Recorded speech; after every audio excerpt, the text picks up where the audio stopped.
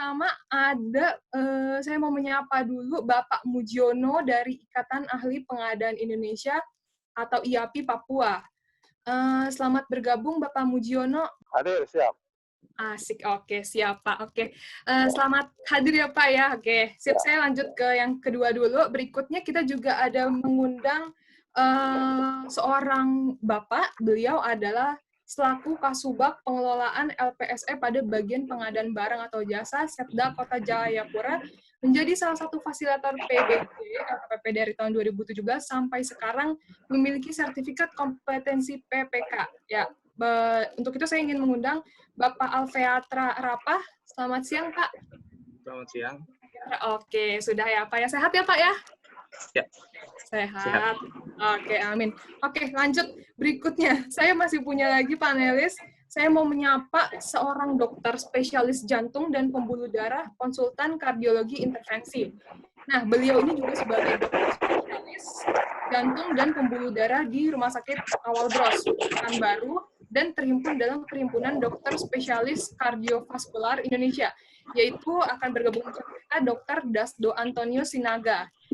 Halo dokter, apa kabar dokter? Selamat pagi. Ya, pagi dok. Sehat ya dok ya?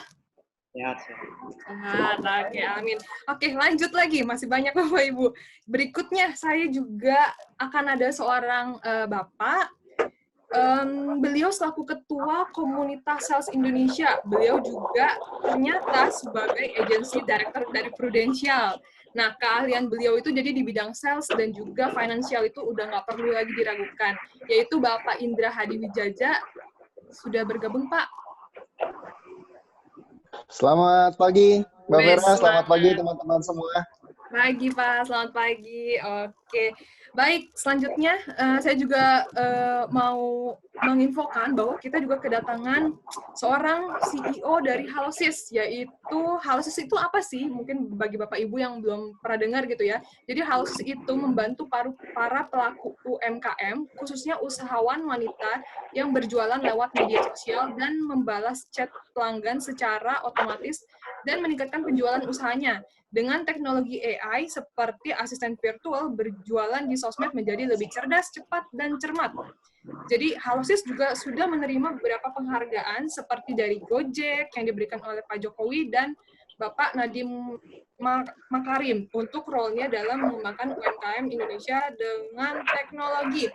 Luar biasa sekali karena kita hari kedatangan CEO-nya langsung, yaitu Bapak Andrew Darmadi Hendrawan. Oke, thank you. Oke, nah ini dia. Tadi saya nggak boleh ngomong. Oh, sorry Pak yang masih diantri. Selamat pagi teman-teman, senang bisa ketemu teman-teman di acara hari ini. Siap, thank you Pak Andrew. Oke, lanjut lagi. Ya, selanjutnya juga saya ingin menyapa seorang narasumber dari sebuah brand yang merupakan perusahaan manufacturer untuk security system solution menggunakan teknologi AI pada CCTV, access control, storage, dan platform, yaitu Hikvision. Selamat datang Pak Risman Samosir. Bapak Risman, pagi. Oke, siap. Berarti semuanya sudah siap. Masih ada satu lagi, nggak ketinggalan. Oke, yang terakhir, selanjutnya, satu-satunya wanita gitu ya. Oke, selanjutnya kita akan mengundang juga, yaitu Ibu Rita, selaku Director Smart Computer Indo dari Papua. Ibu Rita, apakah hadir? Selamat pagi. Oke, Ibu Rita, selamat pagi. Dan yang terakhir juga, saya juga mau mengundang Bapak moderator kita untuk sesi panel discussion pada hari ini, yaitu Bapak Sutardi, selaku founder dari beberapa perusahaan IT dan startup di Indonesia. Bapak Sutardi. Halo pagi semuanya. Oke, jadi selanjutnya kita langsung aja ya Bapak Ibu. Ya, semuanya. Ya. Saya mau nyapa dulu Dr. Dasdo. Terima kasih Dr. Dasdo. Dr. Dasdo juga teman lama saya, kebetulan seorang dokter spesialis jantung yang sangat terkenal di Pekanbaru. Dan saya yakin waktunya juga sangat sibuk. Terima kasih Dr. Dasdo sudah menyempatkan hari ini. Terus Pak Indra juga, Pak Indra salam ketemu lagi ya di ini. Terima kasih supportnya Pak Indra. Terus Pak mungkin ada Bu Supija juga di sini. terus ada Bu ini Berita dari Papua. Ya, terima kasih supportnya Pak Komterindo juga untuk event ini. Terus Pak Andrew, salam kenal Pak Andrew. Halo Pak Andrew. Ya, terima kasih Pak Andrew untuk last minute juga bisa bantu kita di event ini. Ya. Pak Risman, thank you supportnya dari Hikvision. Ya. Mungkin itu. Pertanyaan pertama, saya mau ngobrol dikit dengan Dr. Daston. Ini pertanyaan sebenarnya agak sedikit mengenai olahraga ya. Dr. Dasto juga seorang triatlet. Ya. Saya mau nanya dikit nih dok. Sebenarnya kadar olahraga yang benar itu di saat pandemik ini bagaimana? Ya, berapa lama dan sebenarnya olahraga itu harus intens atau enggak? Karena kan kita tahu dok, olahraga itu kan juga bisa meningkatkan imun tubuh, tapi kalau saya baca-baca, kalau misalnya terlalu over juga tidak bagus gitu. Terus ada beberapa pandangan mengenai jam olahraga yang benar itu jam berapa gitu. Apakah sebelum jam 8 pagi atau di atas jam 10 pagi, ada yang mengatakan bahwa kita di daerah Katulistiwa, jadi yang benarnya itu bukan di atas jam 10 pagi, tapi di bawah jam 10 pagi gitu. Kira-kira gimana tanggapannya dok? Terima kasih Pak Sutardi. Perkenalannya itu humbling banget tentang olahraga ya, dan kita hubungkan dengan kondisi COVID-19 sekarang. Apapun yang kita buat sekarang ya di masa-masa ini tentang makanan, nutrisi, kebiasaan, jam istirahat, kita harus selalu pikirkan semua yang kita pikirkan harus bagaimana untuk meningkatkan kekebalan tubuh kita. Yang paling sederhana, orang tahu kalau kita mau punya tubuh yang fit, yang bugar, istirahatnya harus cukup. Jadi ini bukan waktu yang baik untuk begadang. Ini bukan waktu yang terlalu baik untuk misalnya nonton drama Korea sampai jam 3 pagi, tapi jam 7 harus bangun lagi. Itu karena besoknya pasti badan kita nggak nyaman. Pasti akan terjadi penurunan kekebalan tubuh. Kalau secara khusus, kita berbicara tentang olahraga. Olahraga yang baik pada masa ini adalah olahraga dengan intensitas ringan sampai intensitas sedang. Buat pecinta olahraga mungkin paham ya, jadi intensitas ringan sampai intensitas sedang.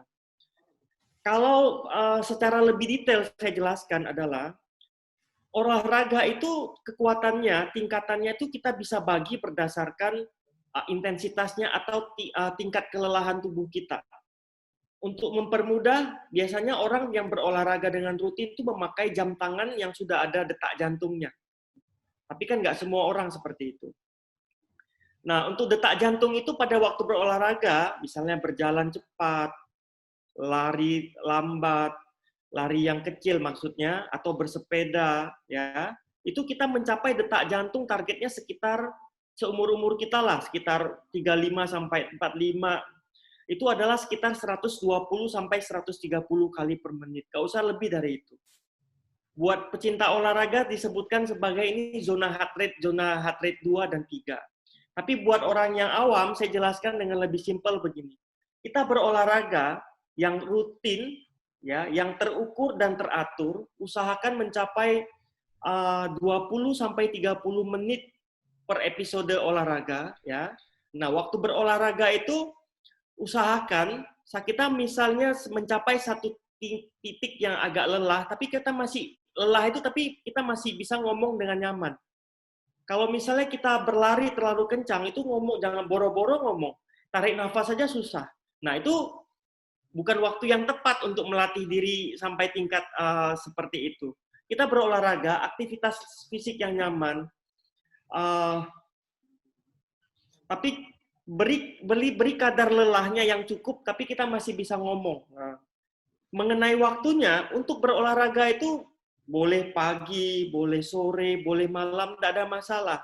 Yang mungkin Pak Sutardi maksud adalah, kita banyak membaca, kita dianjurkan untuk menyerap sinar matahari, ultraviolet, ya, untuk meningkatkan kadar vitamin D dalam tubuh kita. Yang terbaik adalah untuk kondisi Katulistiwa, ya, kondisi di Indonesia adalah antara pukul 8 sampai pukul 10. Lebih dari pukul 10 yang ada gosong. Ya. Jangan lupa buat ibu-ibu, kalau misalnya memang hendak mau berjemur, yang punya sunscreen, punya sunblock boleh dipakai ya. Expose bagian tubuhnya, agak terbuka sedikit bagian punggung, dan arahkan kulit kita, bagian punggung, bagian tangan yang terbuka ke arah sinar matahari. Dengan demikian, tubuh kita akan menyerap sinar matahari dengan lebih baik. Durasinya berapa lama?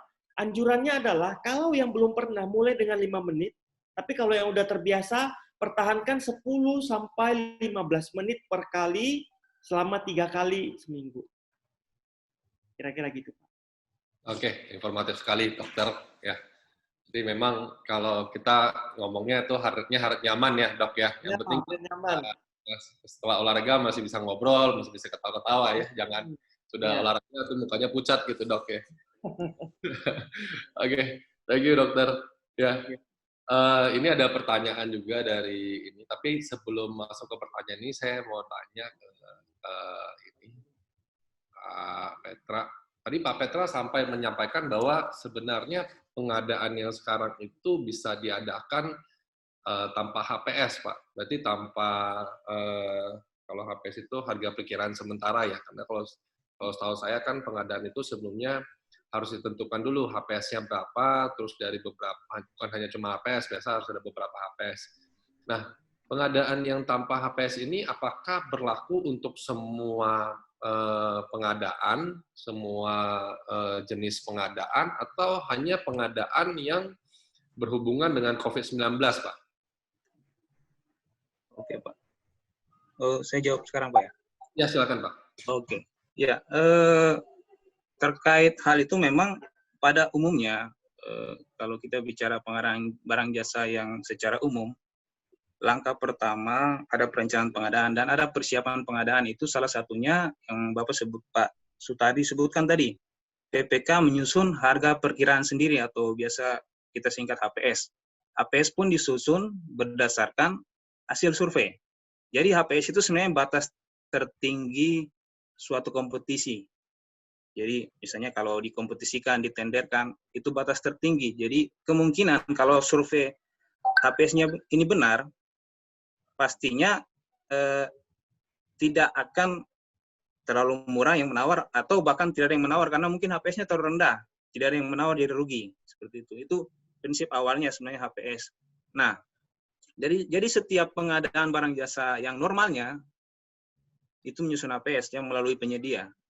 Nah, sekarang kenapa menjadi tidak perlu, bukan tidak perlu, tidak harus membuat HPS. Ini karena ada surat edaran LKPP tadi, Pak, nomor 3 tahun 2020.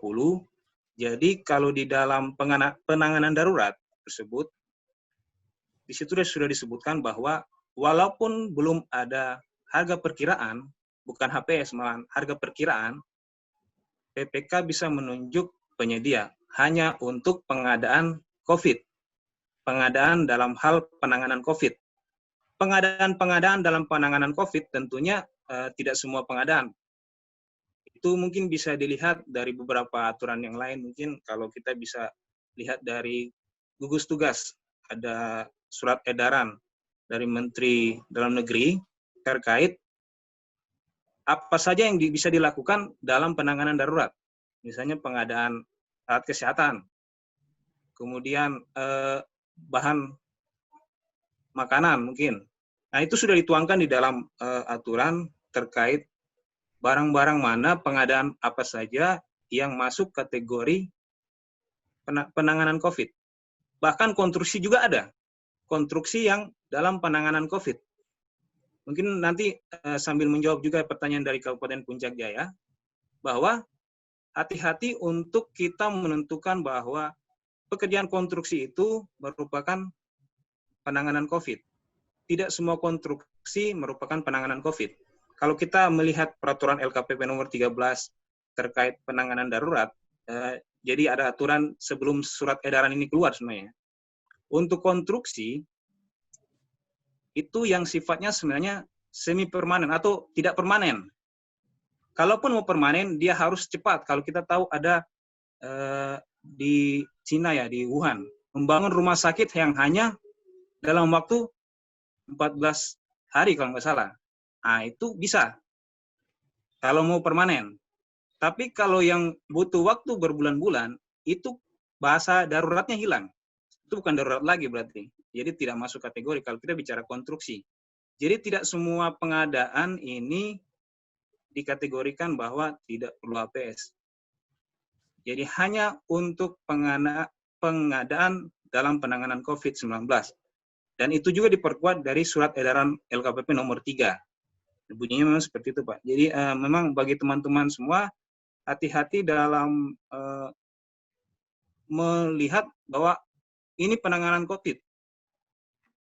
Ini penanganan COVID atau bukan? Itu yang harus hati-hati karena tidak semua pengadaan itu merupakan penanganan COVID. Jadi harus lihat beberapa aspek, terutama yang konstruksi, karena konstruksi kan perlu waktu. Misalnya bangunan tadi ada yang tanya, sambil menjawab mungkin seperti itu, Pak. Jadi tidak semua pengadaan, cuma pengadaan dalam penanganan COVID.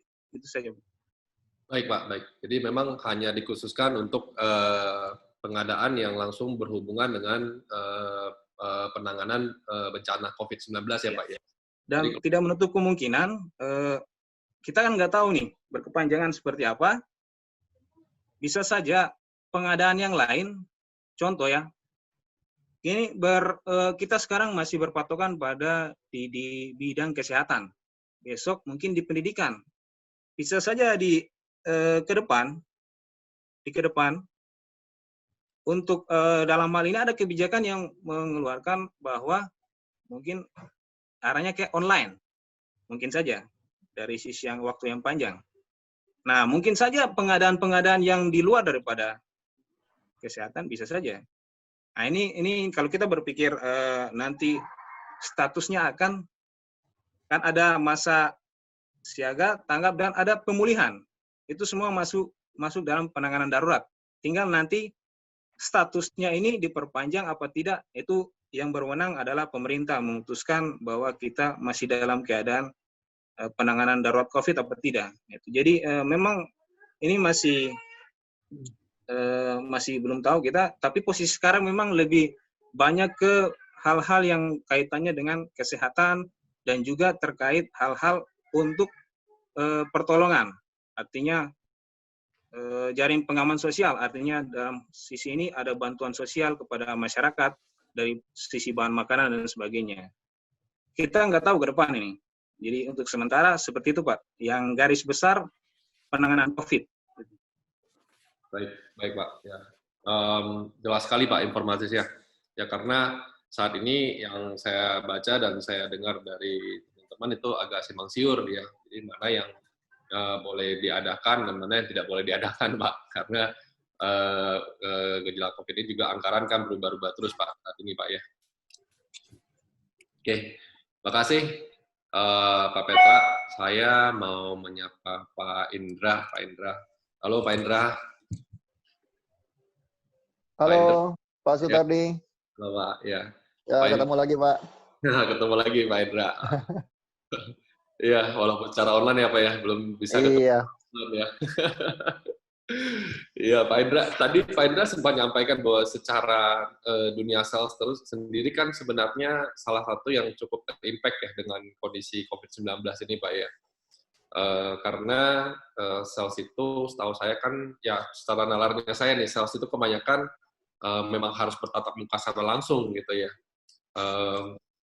Banyak industri-industri sales yang mungkin salah satunya tuh otomotif yang kita ketahui bahwa sebelum ini biasa sales atau marketing dari otomotif itu pasti harus ketemu customer-nya secara langsung.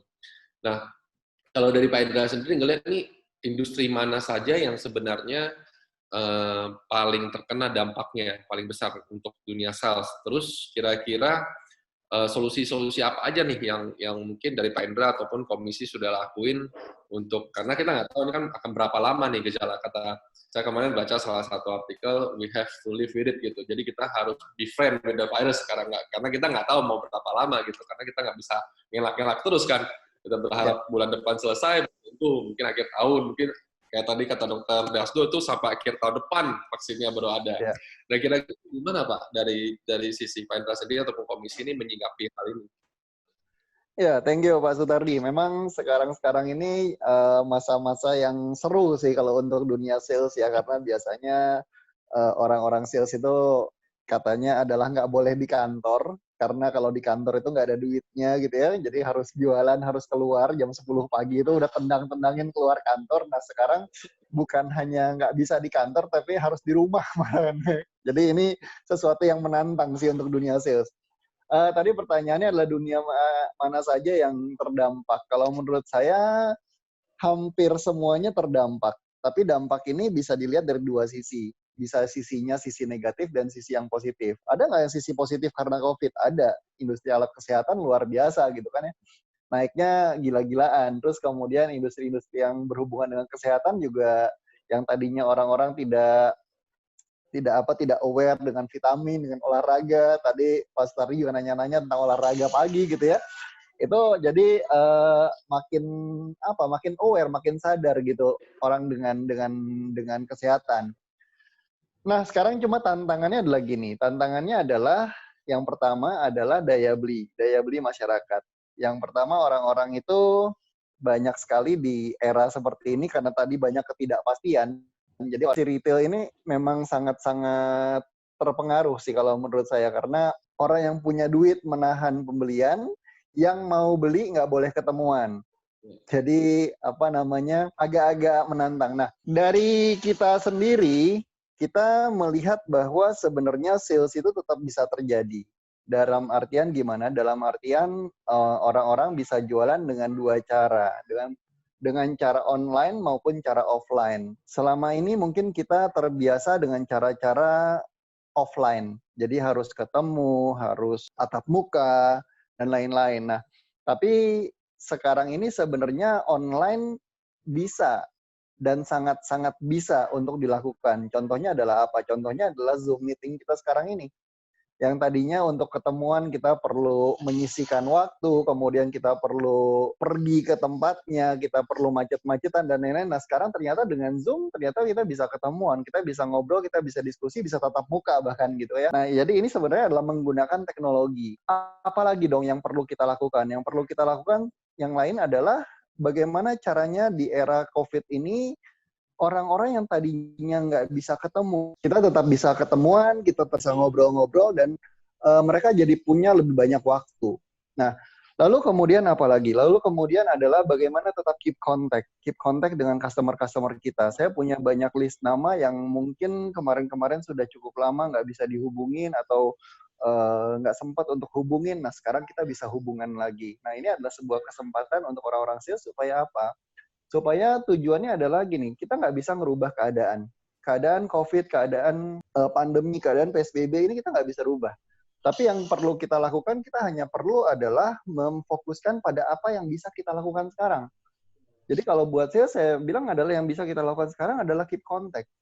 Tujuannya apa? Pada saat kondisi semua normal, maka mereka akan ingat sama kita. Mereka akan ingat pada barang-barang kita. Mereka akan ingat pada produk-produk yang kita inginkan. Dan kemudian menarik juga untuk melihat berbagai industri itu punya punya strategi yang berbeda-beda. Kemarin BMW sudah jualan lewat Tokopedia gitu ya. Jadi mau beli mobil sekarang lewatnya adalah Tokopedia. Lalu kemudian kita ngelihat juga salah satu gerai makanan cepat saji KFC itu jualannya sekarang pakai booth yang ditaruh di pinggir jalan. Nah, ini adalah sebuah hal-hal yang bisa dilakukan oleh orang-orang untuk memastikan bahwa bisnis tetap bisa running. Yang penting adalah apa? Yang penting adalah kita perlu untuk melakukan adalah bahwa mencari normal sekarang. Jadi karena ada beberapa pandangan yang bilang bahwa ini we are going into a new normal. Dan ke depannya kantor mungkin akan jadi berkurang. Kenapa? Karena ternyata setelah 3 bulan pandemi, PSBB, ternyata nggak pakai kantor pun bisnis tetap bisa jalan. Mungkin ini adalah normal barunya kita. Mungkin Zoom meeting kita akan lebih sering terjadi, karena kedepannya udah nggak visible lagi untuk jauh-jauh, macet-macetan, dan lain-lain. Semuanya jadi serba online. Nah, itu sih Pak Sutardi, yang dari saya sih melihatnya seperti itu, Pak Sutardi. Oke. Menarik sekali, Pak Hendra. Jadi, kalau saya bisa simpulkan, sebenarnya mungkin kalau dulu nih jualannya, kalau nggak tatap muka itu dianggap kurang sopan ya Pak ya. Tapi kalau zaman sekarang mungkin kalau misalnya mau jualan pun melalui Zoom tetap bisa karena sudah dianggap the new normal gitu ya Pak ya. Yes, Nah, betul sekali. ya betul. Terus poin yang paling penting itu adalah bahwa keep contact ya, keep moving and don't die menurut saya. Kalau di masa pandemi ini ya tetap harus bergerak terus kitanya, nggak mungkin kita berdiam diri karena kalau kita berdiam diri ya akan kegerus juga nantinya ya Pak. Yes. Oke, thank you Pak Indra. Saya mungkin mau ngelingin sama Pak Andrew nih. Pak Indra kan sudah menyampaikan beberapa kondisi di saat pandemik ini untuk dunia sales. Nah, kira-kira dari Pak Andrew nih, teknologi AI apa saja yang bisa membantu dunia sales nih Pak di saat ini? Terus mungkin di apa saja? Terus tadi Pak Andrew kan sangat fokus nih di market Indonesia dan bahkan sudah mendapatkan award dari Pak Jokowi untuk Halosisnya. Nah, kira-kira solusi dari Halosis bagaimana nih untuk teman-teman kita yang di dunia sales? Oke, makasih Pak Sutardi. Pertanyaannya bagus sekali ya. Saya juga dari tadi kepingin menyambungkan ke topik teman-teman semua nih. Jadi kalau dari teknologi AI, mungkin dari contoh saya seperti tadi Kak Ayu ya, mungkin bayangannya kalau teman-teman ngebales di sosial media, itu yang tadi pertanyaan-pertanyaannya ataupun data-data semua itu semua udah kerekap secara otomatis. Jadi dari data pelanggannya semua udah kerekap secara rapi, data produk inventory-nya juga udah nggak perlu dicek lagi, memang kalau lagi ready, kalau udah sold out ya sold out, lagi ada promo apa juga secara otomatis. Nah, itu kenapa penting untuk sales ataupun bagian pengadaan, ya. Mungkin kalau dikoneksikan ke bagian pengadaan, yang pastinya kalau inventory-nya nggak ada dan harus PO, dan apalagi PO-nya jangka panjang, ya pasti harus ditunjuk ke provider lain, ke vendor lain yang barangnya ready, apalagi kalau proyeknya dalam jangka waktu dekat. Ya, kebetulan mungkin itu contoh untuk yang pengadaan ya. Kalau bagi teman-teman sales, kenapa automation seperti AI itu penting ke depannya? Karena itu akan meningkatkan dari brand dari perusahaan Anda dan customer satisfaction. Ya, gimana kalau zaman sekarang ya, mungkin teman-teman kerasa pada saat belanja kita itu nggak sabaran karena semuanya serba instan. Bayangin aja, nggak usah pas belanja deh. Kalau kita nge-message teman-teman kita, beberapa menit nggak dibalas, kita udah mulai bertanya-tanya nih, ya, kenapa ya? Gitu. Apalagi kalau biasanya udah langsung dibalas ya. Ini kalau belanja itu lebih nggak sabaran lagi.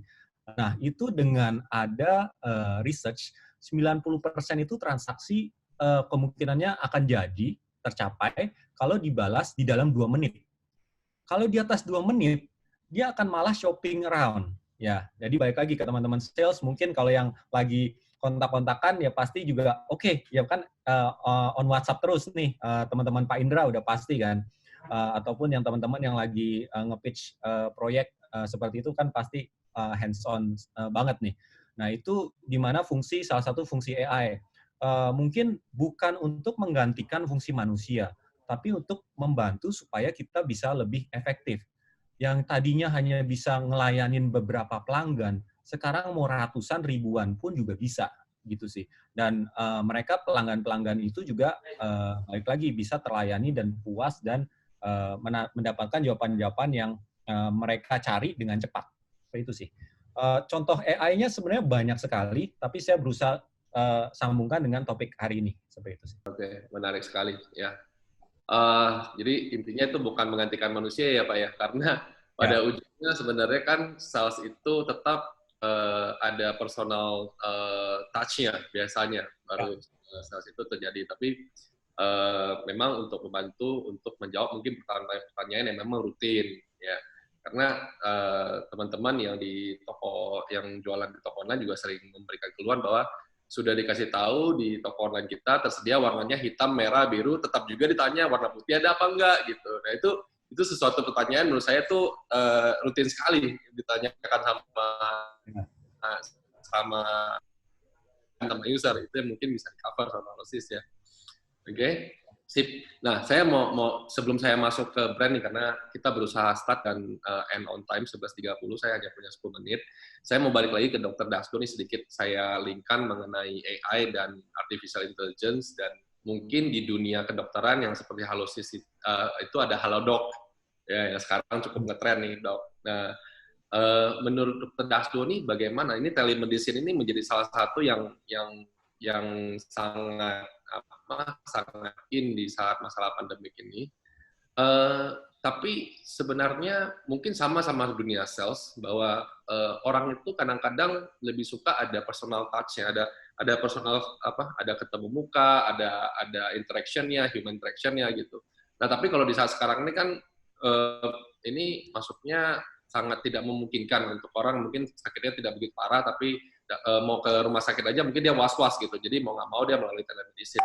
Nah, tapi telemedicine ini bukan terjadi karena wabah COVID-19 ini. Telemedicine ini sudah ada jauh sebelum COVID-19. Nah, pertanyaan saya begini dok, kalau dari dokter ngelihat sendiri ini, apakah telemedicine ini akan tetap ada nih sampai setelah wabah ini berakhir, akan menjadi salah satu pilihan utama, atau orang tetap akan balik lagi ke rumah sakit, pilek dikit orang ke puskesmas, pilek dikit orang ke rumah sakit, atau tetap akan nyaman dengan menggunakan telemedicine, dok? Ya, Pak Sutardi, pertanyaannya menarik sekali dan banyak variasi dari pelayanan kesehatan yang bisa kita ngomongin mengenai pemberian pelayanan kesehatan jarak jauh. Saya yakin ke depannya pasti akan lebih banyak variasinya lagi. Karena didukung oleh teknologi-teknologi yang semakin maju. Untuk saat ini, dan sampai kapanpun, telemedicine tidak akan pernah bisa menggantikan human touch, hubungan antara dokter dengan pasien. Nah, karena kita pernah sering-seringlah dengar bilang, ketemu dokternya aja udah sembuh kok, belum dikasih obat aja juga udah sembuh. That's the kind of relation that will not be replaced with telemedicine. Itu sampai kapanpun pasti akan tetap ada. Walaupun nanti nilainya, value-nya akan bergeser hari lepas hari. Kita bisa berdebat di titik ini bahwa dokter masih harus memeriksa. Dokter masih harus menaruhkan stetoskop ke dalam dada jantung pasien, ya. Tapi di era ini belum sempurna, bahkan udah ada stetoskop yang bisa dihubungkan secara Bluetooth dengan handphone, ya, sehingga misalnya ini mungkin di Cina udah berlaku, di Cina, di Indonesia belum. Jadi dokternya itu tidak perlu memakai pakaian penuh lengkap, pakaian ala astronot itu ke dalam ruangan pasien COVID-19. Jadi orangnya emang udah di dalam membawakan alat itu, dia menempelkannya, dokternya dengar dari luar. Luar biasa kan?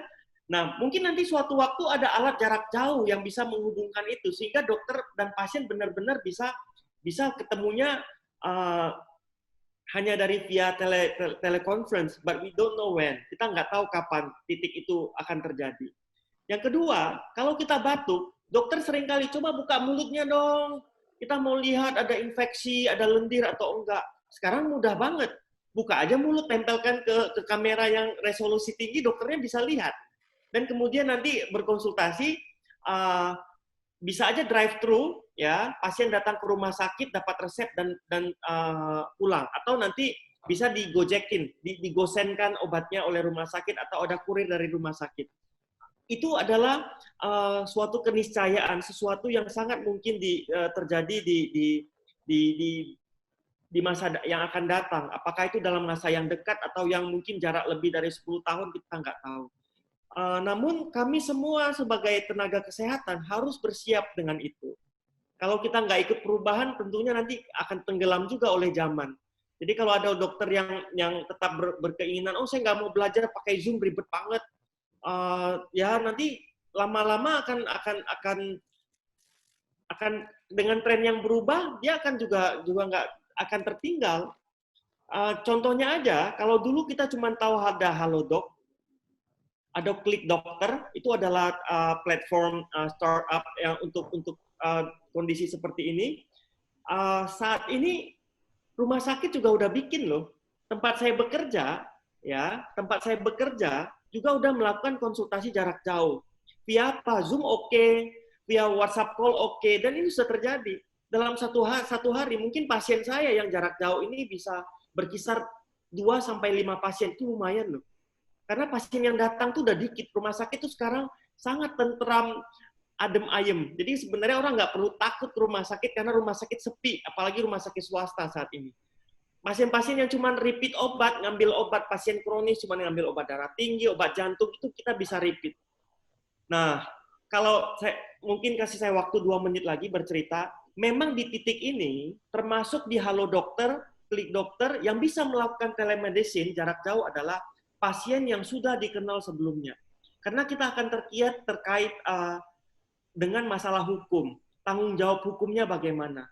Jadi sangat dibatasin kondisi sekarang, pasien yang udah dikenal, yang udah pernah kontrol dengan saya sebelumnya, saya udah kenal, saya udah pernah touch pasiennya, saya udah pernah periksa, saya udah pernah lihat hasil laboratoriumnya dan yang lain-lain, saya udah pernah ultrasound, USG pasiennya, oke, kita bisa konsultasi lanjutan dengan telemedicine. Tapi buat pasien baru atau pasien yang agak gawat, kita restrict di sana, kita nggak bisa. Oke. Makasih Pak Sutardi. Oke, menarik sekali.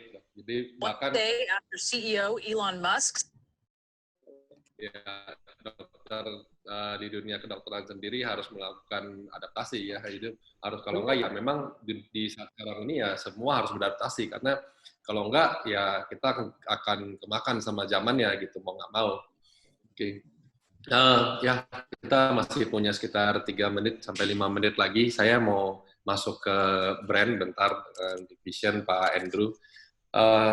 Kemarin kami baru bahas di Techminar yang sebelumnya dengan asosiasi juga dengan Tiknas dan Mastel.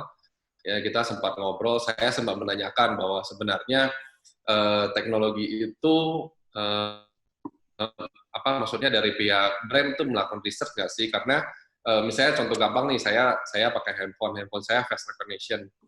Sampai hari ini belum ada update firmware-nya, karena kalau saya misalnya pakai masker, otomatis saya nggak bisa buka handphone saya.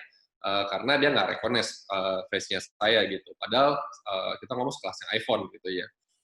Harusnya sudah mulai melakukan perubahan, changes, karena apalagi kalau saya lagi keluar, misalnya di luar berhubungan sama orang, saya agak kurang nyaman menyentuh handphone saya gitu.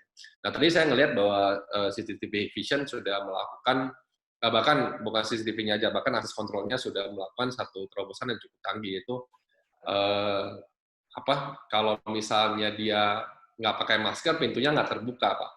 Nah, yes. Dan saya sempat mengikuti 2 bulan lalu atau awal-awal thermal ini keluar, teknologinya belum secanggih itu. Ya, maksudnya hanya berupa CCTV thermal. Tapi kalau saya lihat presentasinya itu sudah end-to-end, sudah the whole complete system yang ditawarkan sama Hikvision. Apakah ini akan terus berkembang? Apa teknologi yang ditawarkan Hikvision ini sebenarnya teknologi? Saya pikir memang teknologi yang sudah proven di China, di pusat epicentrum wabahnya gitu. Ini yang menurut saya yang dibawa ke Indonesia. Nah, Hikvision sendiri itu apakah akan terus menambah fitur-fiturnya nih Pak? Apakah, karena saya lihat presentasinya cukup singkat ya tadi, tapi teknologi yang ditawarkan cukup komplit gitu, Pak Andrew. Apakah akan terus bertambah nih fitur-fiturnya Pak? Oke, baik. Pertanyaannya sangat menarik. Karena waktu kita sangat simpel, jadi saya tidak bisa share komplit apa yang menjadi solusi yang telah diberikan oleh Hikvision. Tapi ya Hikvision terus mengembangkan produk dan AI-nya itu berdasarkan situasi dan situasi. Baik seperti yang setelah kita ketemukan sekarang, mungkin di Juni atau Juli kita akan sudah open pandemik ya, situasinya sudah berbeda, pemerintah sudah membuka kita untuk bisa keluar rumah. Nah, dengan kondisi seperti itu, kita juga mengikuti dalam artian apa?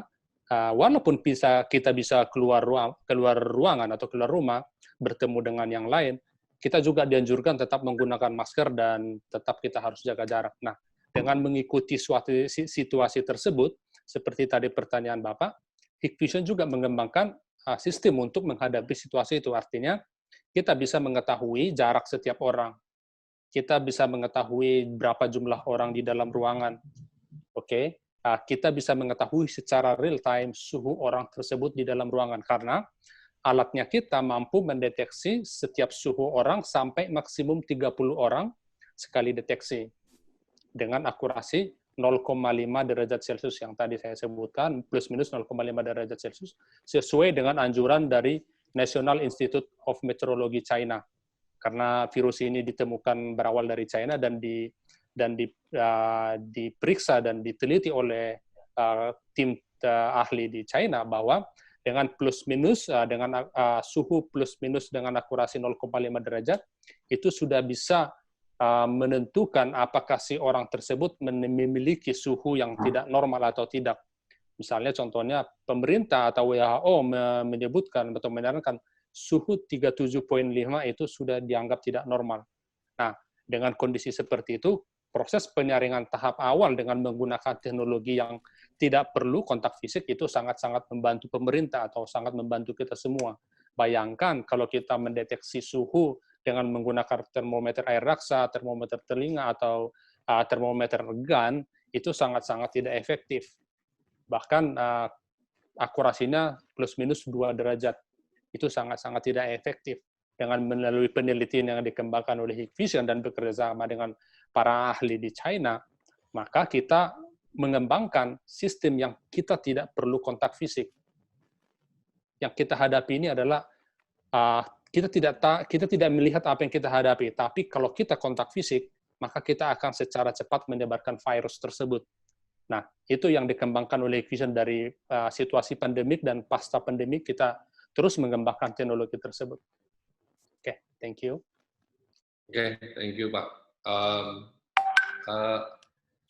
Satu tambah dikit Pak ya. Saya cukup penasaran karena setahu saya CCTV thermal itu ada satu alat yang ditambahkan supaya menambah keakurasian pengukuran suhu, benar nggak Pak ya?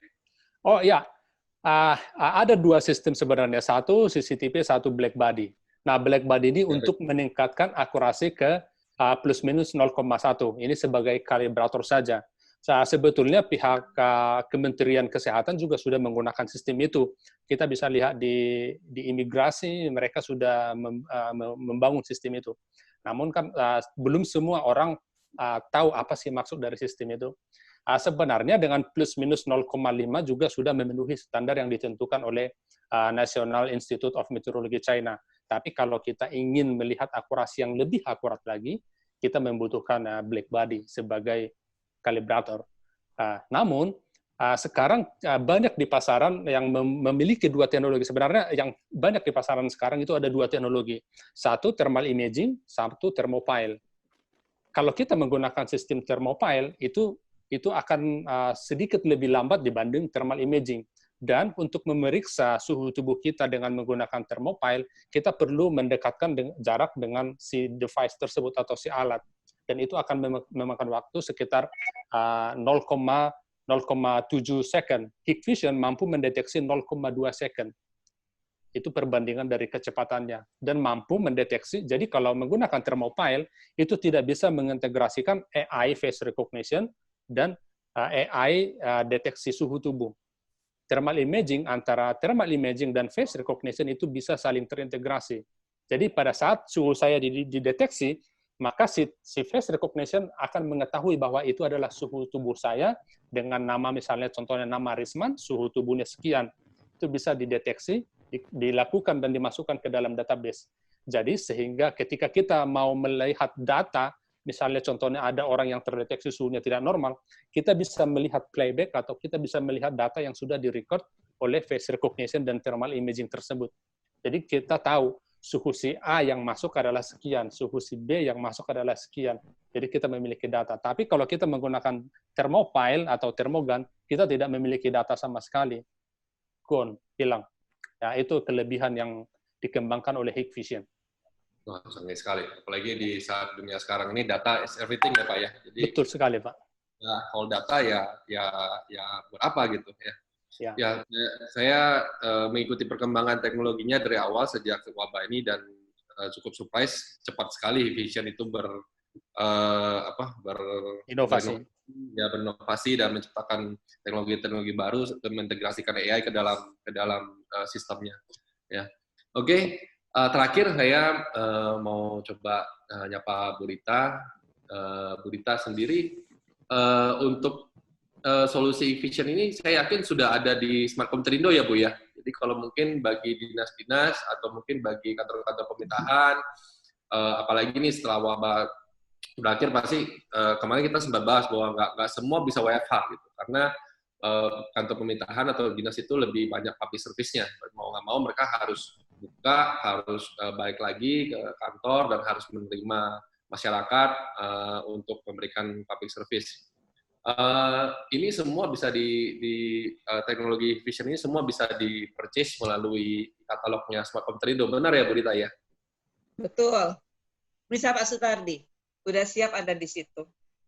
Udah siap ya, oke. Jadi mudah-mudahan dengan Techminar ini bisa memberikan gambaran terhadap produk-produk yang dimiliki oleh Smart Komputerindo. Saya yakin itu semua sudah diberikan penilaian tersendiri ya, Bu Rita. Iya betul. Sebenarnya bukan hanya itu, ada banyak. Kalau misalnya mau dieksplor, bisa dieksplor. Kalau misalnya enggak juga, bisa ditanyakan kepada marketing kami, nanti kita bisa membantu. Karena banyak sekali barang yang ada di dalam katalognya Smart Komputerindo, Pak. Jadi mungkin kadang-kadang user agak sedikit lama kalau nyari gitu. Bisa juga langsung, nanti kita bantu carikan linknya. Siap, Bu. Ya. Oke, salam ya, Bu Rita ya. Ya, salam sehat semua. Oke, mungkin waktunya juga udah sedikit melebihi dari yang ditentuin.